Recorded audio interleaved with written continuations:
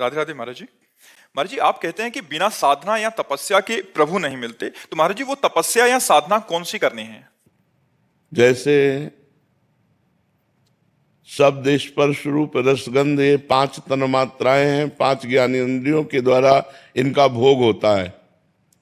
इसे हमें धर्म पूर्वक भोगना है और अधर्म की वृत्तियों का त्याग करना, यही तपस्या है। जैसे हमारा ब्याह नहीं हुआ तो हमें ब्रह्मचर्य से रहना, ब्याह हो गया तो अपनी पत्नी अपने पति से ही प्रेम करना, इधर उधर आचरण गंदे ना करना।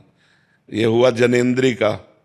नेत्रेंद्री, किसी के दोष न देखें, मोबाइल से गंदी फिल्में न देखें, जबान से किसी की निंदा न करें, गंदी बात न करें, दुख देने वाली बात न करें, कानों से किसी की निंदा न सुने, कानों से कोई गंदी बात न सुने, भोजन कोई गंदा भोजन न करें, जैसे मांस, मछली, अंडा, ये सब, शराब, ये सब चीज ना खाएं, सात्विक भोजन पाएं, हो सके प्याज लहसुन का भी त्याग कर दें। तो ये जो हमें त्याग करने में कष्ट प्रतीत होता है, ताप लगता है, उसी को सह जाना तपस्या है। और भगवान का नाम जप करना सबसे बड़ी तपस्या है। आप देखो, भगवान का नाम जप करके मन लगता नहीं भगवान के नाम में, संसार में भागता है। तो संसार में भागते हुए मन को बार बार घसीट कर प्रभु में लगाना और अपनी इंद्रियों को वश में रखना, यही तपस्या है। जो अंदर ताप होता है उसे सह जाना ही तप कहते हैं। खूब नाम जप करो और अधर्म में जाने वाली इंद्रियों को रोको, उसमें जो कष्ट होता है उसे सहो, इसी से भगवान की प्राप्ति होती है।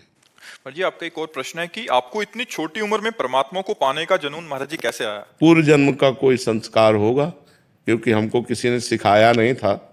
बस वो जब एकांत में आके बैठते तो बस अंदर एक जलन पैदा हो जाती कि माताजी मरेंगी, पिताजी मरेंगे, कोई हमारा है नहीं यार, तो फिर है कौन?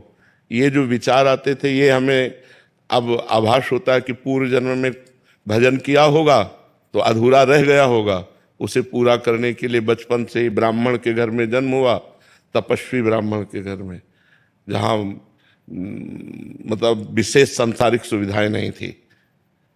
उस जगह जन्म होने पर संसार से एक वैराग्य की ज्वाला जली, जिसने 13 वर्ष की अवस्था में भगा दिया।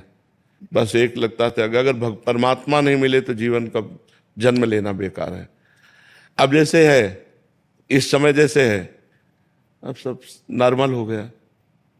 जैसे अपना युद्ध विजय हो जाए तो राजा अपने सिंहासन पर बैठकर शांत आनंद लेता है, ऐसे सब काम खत्म, शांत एकदम। अब जोई जोई प्यारो करे सोई मोहि भावे जैसे प्यारे चलावे जैसे प्यारे रखे, जो प्यारे करे, बस ऐसे रह गया है।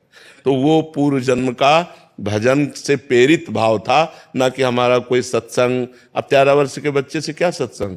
कोई सत्संग या कोई प्रेरणा या कोई घटना दुखद घटती है तो संसार से वैराग्य, ऐसा कुछ नहीं था। हम तो बहुत आराम से 9th साइंस साइड पढ़ रहे थे। बस वो पूर्व का जो संस्कार था उसी ने हमें भगाया। महाराज जी, जैसे आपने बोला कि अभी युद्ध विश्राम होके, तो महाराज जी ये स्थिति साधना से आती है या कृपा से? नहीं, कृपा से मनुष्य जन्म मिला, कृपा से भगवान का मार्ग मिला, कृपा से भगवान का भजन हुआ। पर अगर साधना नहीं होगी तो कृपा का अनुभव कैसे होगा? साधना, कृपा एक रस है, रोकने के लिए साधना उसका पात्र है। अगर पात्र नहीं तो रस रुकेगा क्यों? कृपा तो सब पर भगवान की है, पर साधना रूपी पात्र नहीं तो कृपा बिखर रही। सब पर मोरी बराबर दाया, भगवान कह रहे, सब मम प्रिय सब मम उपजाए, सब मेरे प्यारे हो, सबको मैंने ही प्रकट किया है, सब पर हमारी दया कृपा है। पर सब भजन नहीं करते, मनमानी आचरण करते हैं, इसलिए कृपा का अनुभव नहीं कर पाते। भजन करो तो कृपा का अनुभव हो जाएगा। महाराज जी, प्रारंभिक साधक क्या गुरुजनों की ये बात मानते हुए, या उनको भी पूरी यात्रा वैसे ही करनी पड़ेगी जैसे आप? नहीं, अगर बात मान ले, जैसे जो हम 10 वर्ष में समझे वो हम तुम्हें 10 सेकंड में बता रहे हैं कि जीवन का सार ये है, तो बस उसे पकड़ लो। तो तुम्हें 10 वर्ष भ्रमित नहीं होना पड़ेगा, तुम्हें इतने राउंड नहीं मारने पड़ेंगे जितना चक्कर करके हम जो बात समझें। इसीलिए तो तात स्वर्ग अपवर्ग सुख धरी तुला एक अंग, तूल न ताय सकल मिल जो सुख लव सत्संग। एक तरफ स्वर्ग का सुख, मोक्ष का सुख, पृथ्वी का राज्य सुख रख दिया जाए, और एक तरफ क्षण मात्र का सत्संग, तो क्षण मात्र का सत्संग उससे जोर पड़ जाएगा। क्यों? क्योंकि क्षण मात्र का सत्संग हजारों जन्म की तपस्या करके महापुरुषों ने जो लिखा, अनुभव किया, वो हमें एक क्षण में दे रहे हैं, वो हम बात मान लें, हमारा काम चल जाएगा।